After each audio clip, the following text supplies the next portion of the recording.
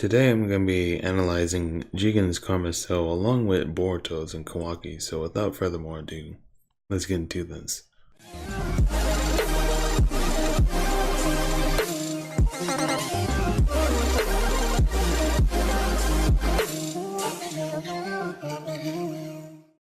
So what we just saw in chapter 27 was quite interesting. We got to see Jigen's Karma Cell activate for the first time.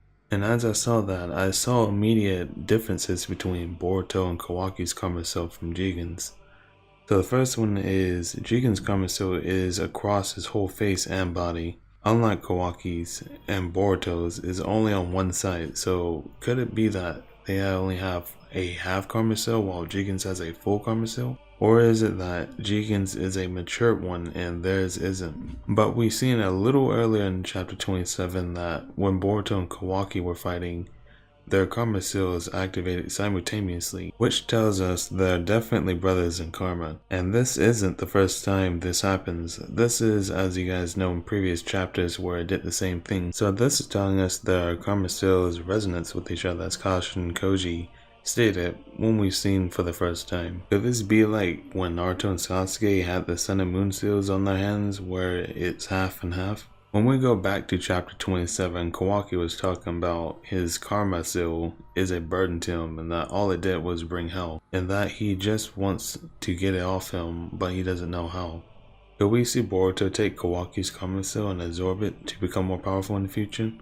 After possibly defeating him, kind of like how Sharingan are, when you take someone else's Sharingan, it will become a internal Mangekyo Sharingan after you previously had the Mangekyo Sharingan. So if Boruto gets a full Karma Cell after combining his with Kawaki's, he'll get a Karma Cell that rivals Jigen's that's a full Karma Cell. Or they'll team up together if Boruto doesn't take his cell and take Jigen down in the future.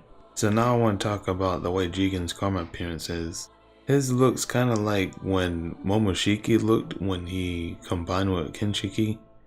How Momoshiki's face was fairly similar looking with the dark band going across his face, which tells us Jigen definitely has a full power / matured Karma Cell versus Boruto's and Kawaki's is half powered / matured.